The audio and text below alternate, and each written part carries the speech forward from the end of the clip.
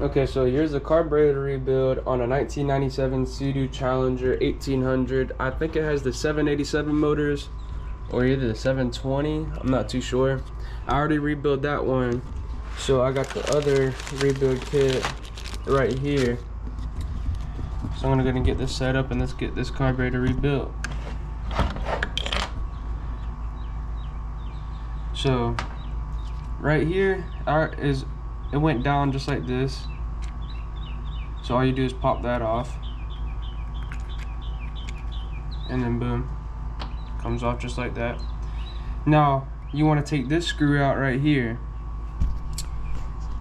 Let me get a better angle.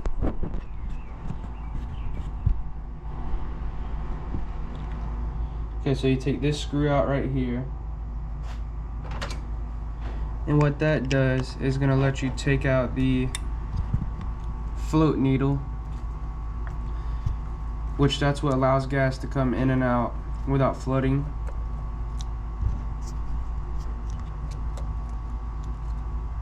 Here's that screw, and then the whole float needle comes out. You want to inspect this. If this rubber is like ripped off, or it's you know, if it doesn't look good, pretty much you want to get this replaced, which it'll come in the rebuild kit. Mine look pretty new, so I'm gonna keep it. This is what that looks like to hold that down, and you got this little pin that comes in and out. You also have this spring in the middle right here, so the spring comes out. You don't want to lose that either. Now this little screw down in here, this comes out.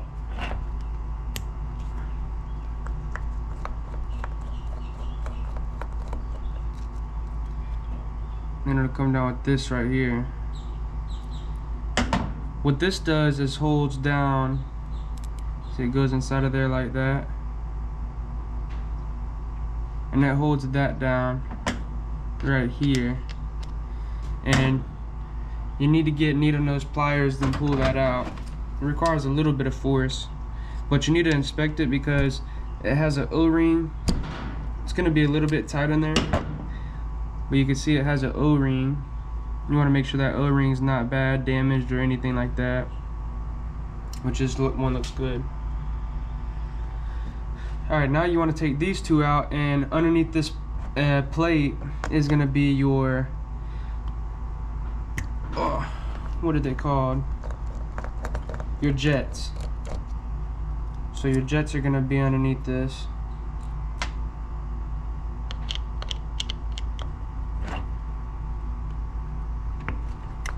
And be careful not to strip it out, because a lot of people strip these bolts out. My other carburetor that I just rebuilt was stripped out.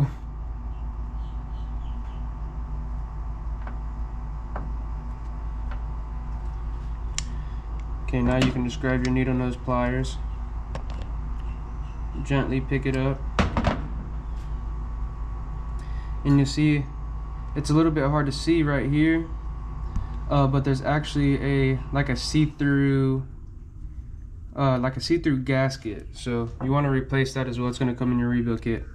But now you can see you got this little gasket right here. You could just use your finger, gently pick it up.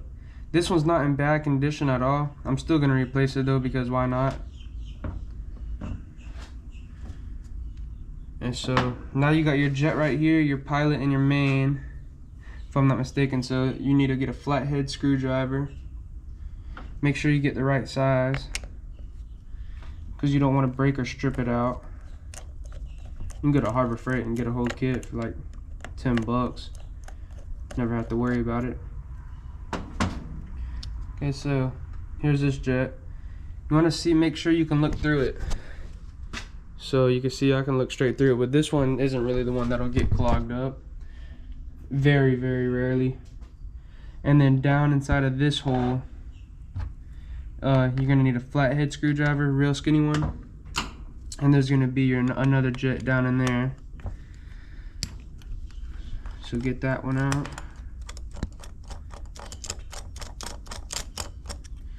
And then what you want to do is tilt the carb upside down. It'll fall right into your hand just like that. And you can see it's a super tiny jet.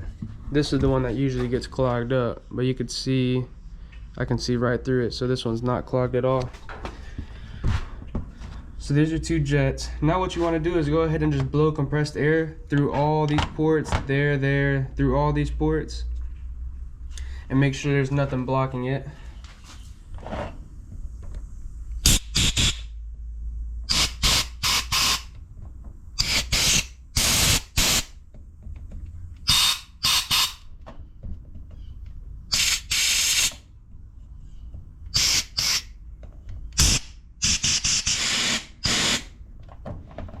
Now I can smell the old dead gas coming out.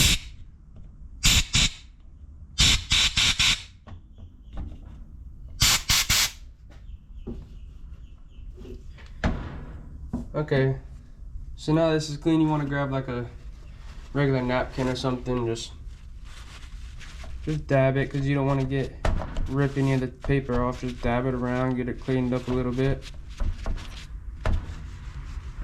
Okay, now take everything out of the carb rebuild kit. You got a bunch of gaskets. I'm gonna put them to the side. You're gonna have a couple O-rings. Then you're gonna have this, which inside of here, you're gonna see how it screws, springs, the see-through gaskets. Just wanna get all this out here. You don't wanna lose nothing either.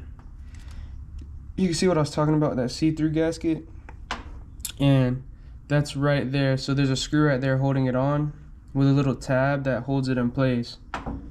So I'm going to be replacing that. Let's keep that right there. You got a fuel filter right here. You know, just a little bit of everything, what you're going to need for a rebuild. So yeah, this looks good. You want to make sure there's no rips or anything in this diaphragm, and this one looks good. You got these gaskets, super thin. Alright, that's pretty much what comes in these kits. What? Chris, look. I know, I just took the bands off. I haven't put them. Oh, that's great. Damn, grits. Don't be fucking it up. Alright, so now you just gotta start putting everything back in that you took out. So I'm gonna go and put this main jet in there. Grab your flathead. Make sure you don't cross thread this at all.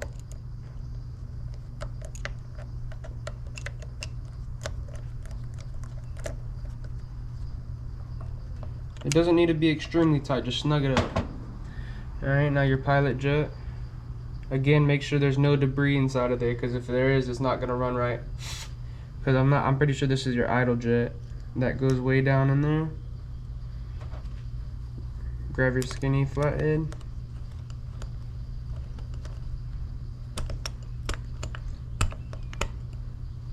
Alright. What I like to do is after I install it, I still want to blow some compressed air through there.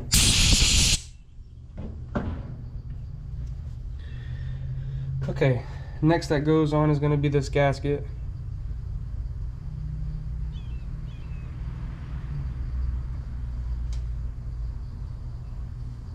So you can pretty much just tell which way it goes on. You see it's going to go on just like that, where it has all your other holes opened up. You just want to make sure, press that in there slightly. That's good in there. Now I'm going to switch to this and get this clear gasket changed. I'm sure it doesn't need to be replaced, but I'm already in here. Why not? Clean it up a little bit.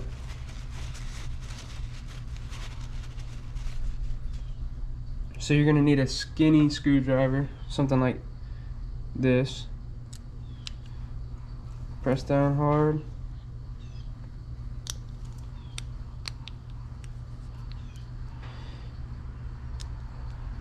Make sure not to strip it like me. Oh man. See if I can get this one in here.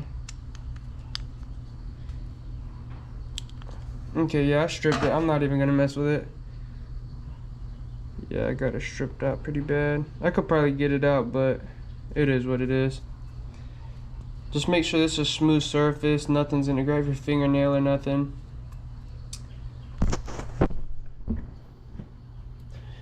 And then you just sit it right back down in there, just like that. You're gonna grab your screws, throw them in there.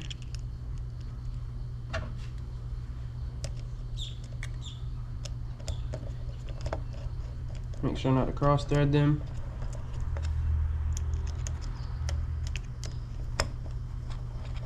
Get them both down evenly, because remember, you got that new gasket down in there. You want it to seal properly, so just go little by little on both sides. And once they're both snugged up, then tighten down pretty good. Like I said, nothing crazy, just make sure they're snug. Okay, so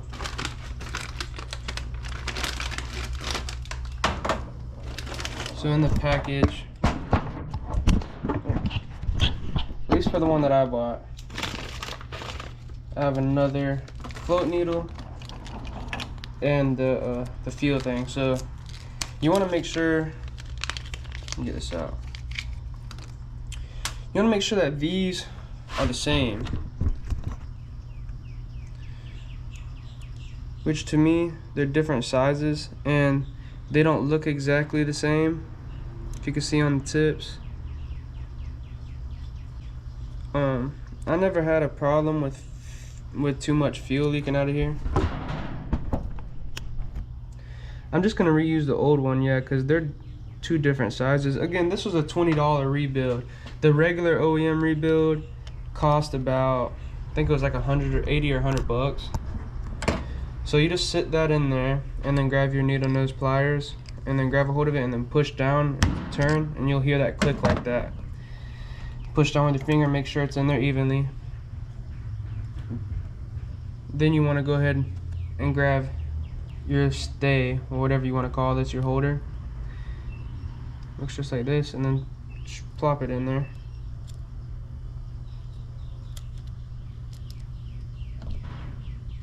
It'll find its way in there. Just kind of fiddle around with it.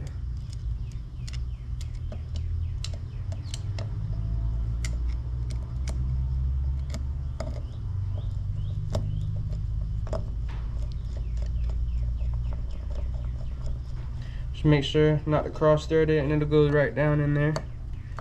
And that just holds that seat down in there so it doesn't vibrate out or anything. Alright, next you're gonna have, oh man, your float holder and float needle. Put your spring back in. So your spring goes back in right there in the middle. So then put that on just like that. And then you want to drop your float needle in there. And make sure that little nipple is in the middle of that spring. And then get your screw back in while you hold it down.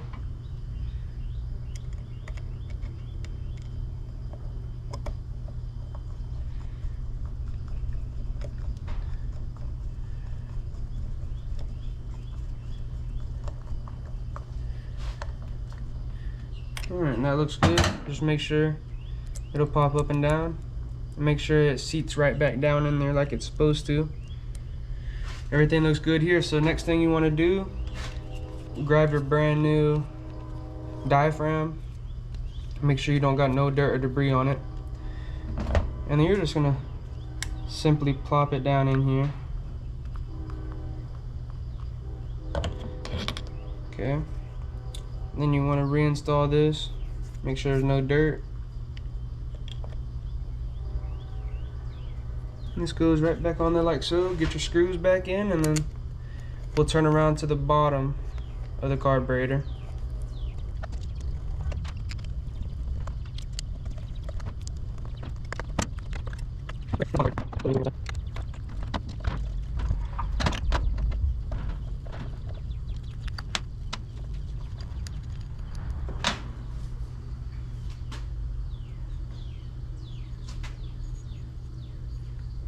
Alright.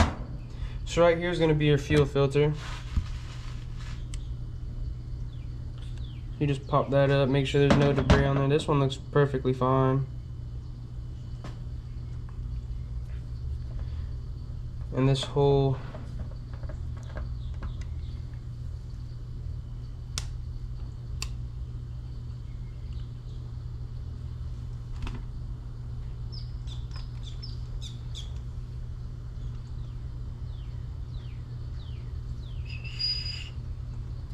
you just gonna want to blow compressed air through this. I should have recorded this other carburetor because this one, it all comes apart. As you can see down in there, the whole thing comes apart, but I already rebuilt that one, so oh well. All you would do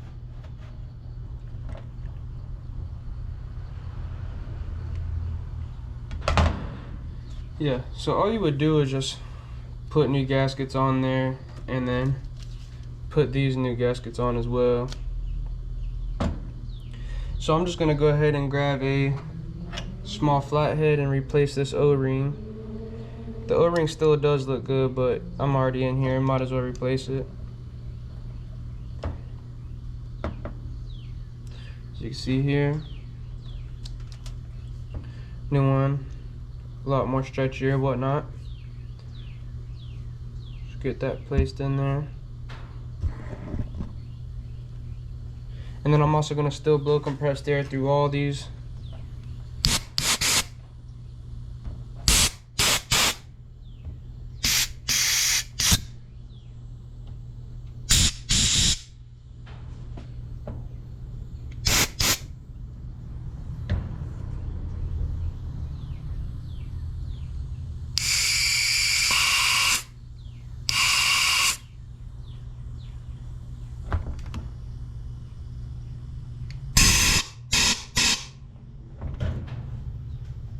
Alright, and then you're just going to put this back on. It's going to go on just like this.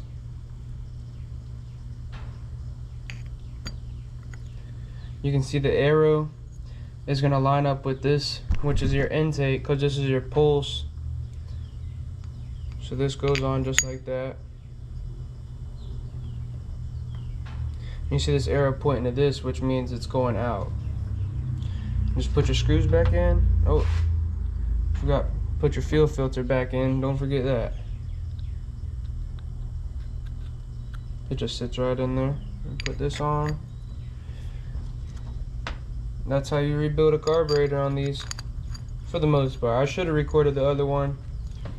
This is my first time ever working on a ski, or on a jet ski engine, other than the jet ski that I just made the other video on, and that one I didn't even go through the carburetors. So really, realistically, this is the first time I've ever worked on a carburetor. They're for the most part self-explanatory, but if there's anything I missed, let me know in the comments, because I'm trying to learn about these, and I'll probably be buying more jet skis because it's about to become summer.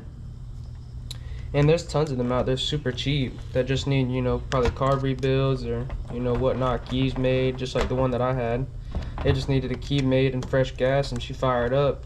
But I think I do need to go through the carburetors, because I have to give it some choke whenever I'm trying to get on it. But it is what it is. But all in all, that's how you get that put back together. So if there's anything I did wrong, you let me know in the comments so I can get better at this, because like I said, this is the first time I ever rebuilt one. This is the 2-stroke injection right here. I bypassed it. I'm not using that. Plus, whenever I bought the boat, it didn't even come with the 2-stroke tank or air boxes on the carbs. So I'm just gonna go ahead and clean this up right here with a tiny bit of sandpaper. Make sure that's even for the gasket. And yeah, so thank you guys.